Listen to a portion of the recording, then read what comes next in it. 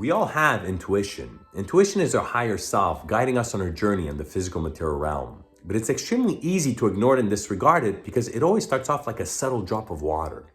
And most of the time when we do notice it, we just think that it's a pointless drifting thought or wild imagination, or sometimes we just don't want to be bothered with it. But the more that we trust it, the more powerful that it becomes. And since our intuition comes from our higher self, it always has a loving and peaceful tone to it. Even though there's an urgency with the message, it never sparks any fear or panic. And it always emphasizes or brings our attention to something in the present moment, either something around us or something that we need to be conscious of. And it can come as a gut feeling, as a thought or a vision, or something that simply piques your curiosity.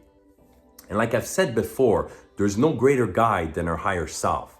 And developing our intuition is actually nurturing a relationship with our higher self. And this is extremely important because there's nothing that holds a single universal meaning on the physical material realm.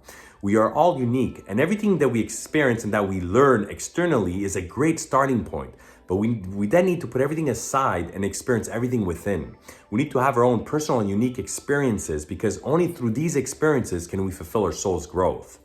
And we should never look at it as an experience being good or bad because they are all learning experiences that we need to have.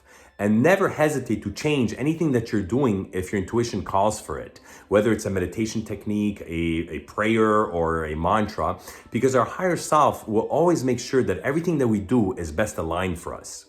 And there are many ways that we can develop our intuition. I personally find that contemplating on the major arcana tarot cards or on a crystal sphere like labradorite or doing a breathwork and visualization meditation works best.